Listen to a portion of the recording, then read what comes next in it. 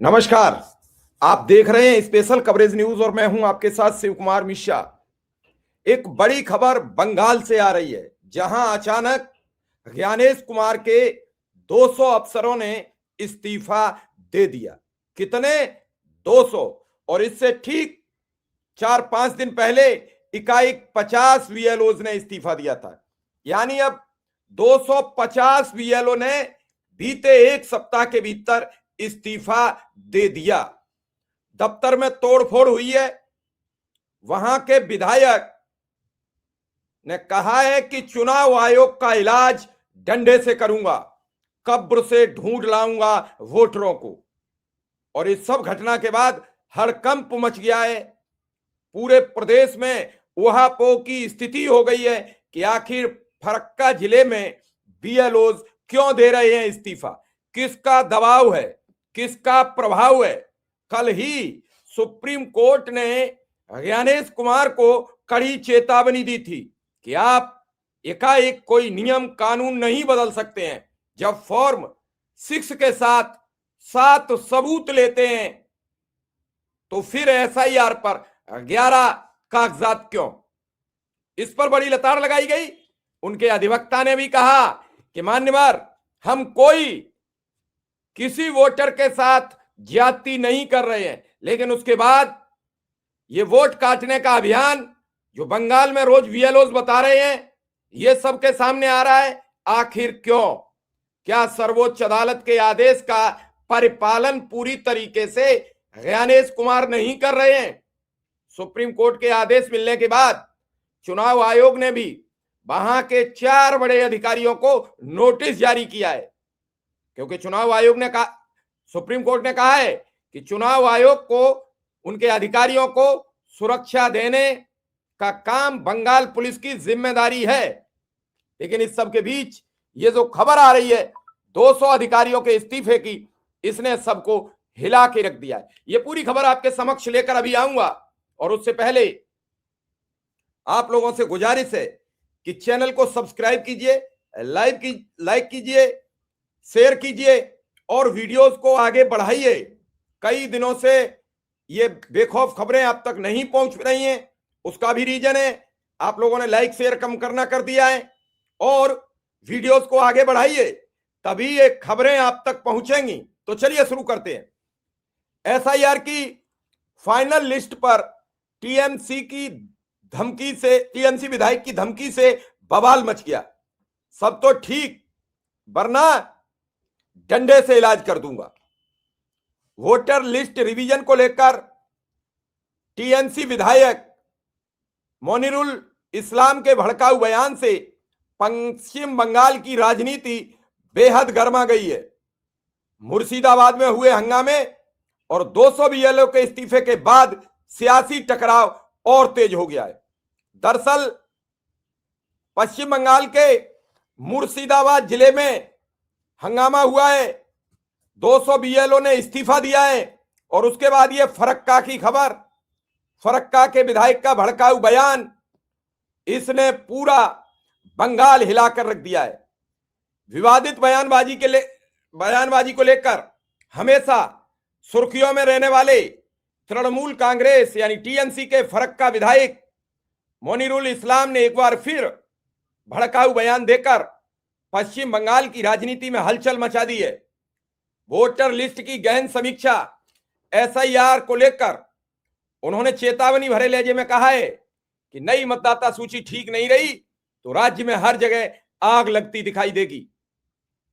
बुधवार को पश्चिम बंगाल के मुर्शिदाबाद जिले में उस समय भारी हंगामा देखने को मिला जब फरक्का विधानसभा क्षेत्र से टीएमसी विधायक मोनिरुल इस्लाम अपने समर्थकों के साथ फरक्का इलेक्टोरल रजिस्ट्रेशन ऑफिस पहुंच गए, चुनाव आयोग के दफ्तर पहुंच गए।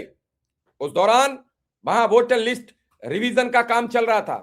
हालात उस वक्त बेकाबू हो गए जब समर्थकों ने कार्यालय परिसर में घुसकर तोड़फोड़ करना शुरू कर दिया, नारेबाजी शुरू कर दी गई। उपद्रवियों ने एसआईआर प्रक्रिया में सहयोग न करने की भी खुली घोषणा कर दी। बवाल खड़ा हो गया। बंगाल की मुख्यमंत्री कहने लगी, मेरा इस घटना से कतई लेना देना नहीं है, क्योंकि अब पल पल निगाह सर्वोच्च अदालत की बंगाल के एसआईआर पर है।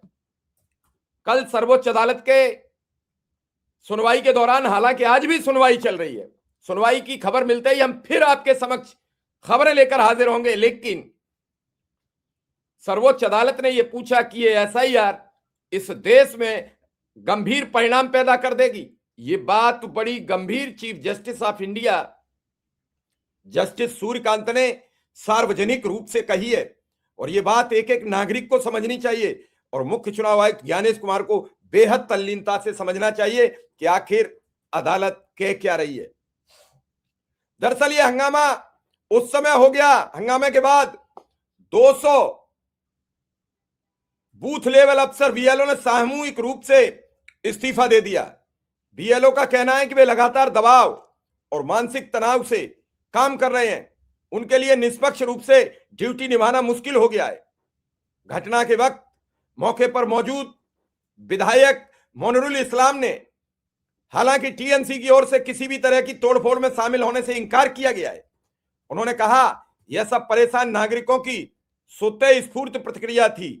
उन्होंने आरोप लगाया है एसआईआर प्रक्रिया के दौरान मुस्लिम समुदाय के साथ भेदभाव किया जा रहा है, जानबूझकर मुस्लिम समुदाय के वोट काटे जा रहे हैं।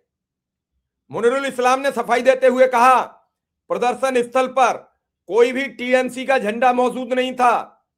साथ ही उन्होंने यह भी कहा वे पुलिस कार्रवाई का सामना करने के लिए तैयार हैं।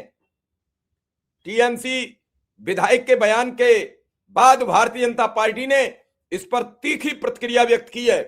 भाजपा विधायक शंकर घोष ने कहा कि मुनीरुल इस्लाम द्वारा इस्तेमाल की गई भाषा उनकी देश विरोधी मंशा को उजागर करती है और लोकतंत्र की प्रक्रिया के लिए खतरनाक बताई गई है। अब आप सोचिए, एक दिन 50 बीएलओ दफ्तर इस्तीफा देते हैं, 50 बीएलओ अफसर इस्तीफा देते हैं, दूसरे दिन 3 दिन बाद 200 देते हैं। आप बताइए कि कैसे होगा ये एसआईआर? आखिर बीएलओज के ऊपर दबाव बनाने वाले लोग कौन है? राजस्थान से वीडियो आ रहा है, उत्तर प्रदेश से वीडियोज आए, सब जगह से आ रहे हैं। 12 राज्यों में, ज्यादातर राज्यों में जहां बीजेपी दबाव बना रही है, उन सभी राज्यों से बीएलओज के इस्तीफे, बीएलओज की मौत। आखिर इतना दबाव देकर काम क्यों कराया जा रहा है? और लगातार जब आपको तारीखें बढ़ानी थी तो ये 100 के आसपास पूरे देश का आंकड़ा निकलेगा मौतों का। 50 का काफी समय पहले क्रॉस हो चुका है।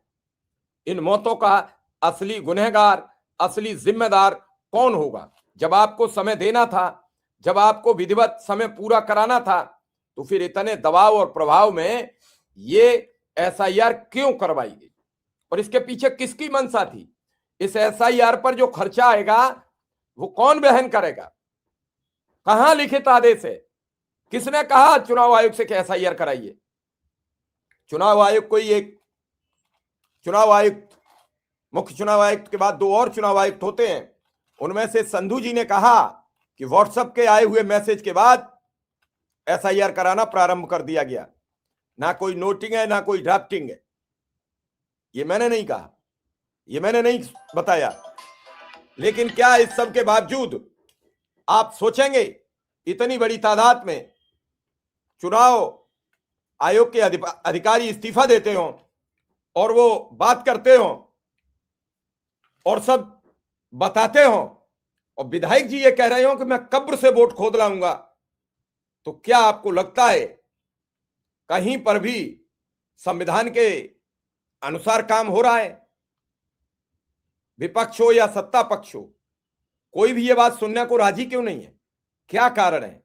कई सवाल खड़े हो रहे हैं और इन सवालों के बीच अगर कहीं कोई दायरा समझ में आ रहा है, कहीं कोई समस्या समझ में आ रही है, तो सबको जरूर कहना चाहिए। वोट देना इस देश के सभी नागरिकों का अधिकार है। वोट डलवाने के लिए करोड़ों रुपया प्रचार प्रसार में खर्च होते हैं और अब वोट काटने के लिए करोड़ों रुपया, अरबों रुपया पानी की तरह बहाए जा रहे हैं। आखिर क्यों? तहकीकात करना गलत बात नहीं है, मृत व्यक्तियों के नाम कटना गलत बात नहीं है, पता चेंज होने के बाद वोट एक जगह होना गलत बात नहीं है। लेकिन क्या इस सब के बावजूद 3-3 करोड़, 1-1 करोड़, 1.25 करोड़ लोग एक राज्य से एकाएक गायब हो जाएंगे? ये सवाल बहुत महत्वपूर्ण है। उत्तर प्रदेश में 20% लोग गायब हो रहे हैं, तो क्या फिर इन 20% लोगों जो गायब हो रहे हैं, या 10% गायब हो रहे हैं, 15% गायब हो रहे हैं, इनके रहते जो लोकसभा का चुनाव हुआ, क्या वो फेयर था या कोई और खेल है? हमें आपके जवाब की प्रतीक्षा रहेगी। फिलहाल इस खबर में इतना ही। धन्यवाद, आभार, नमस्कार।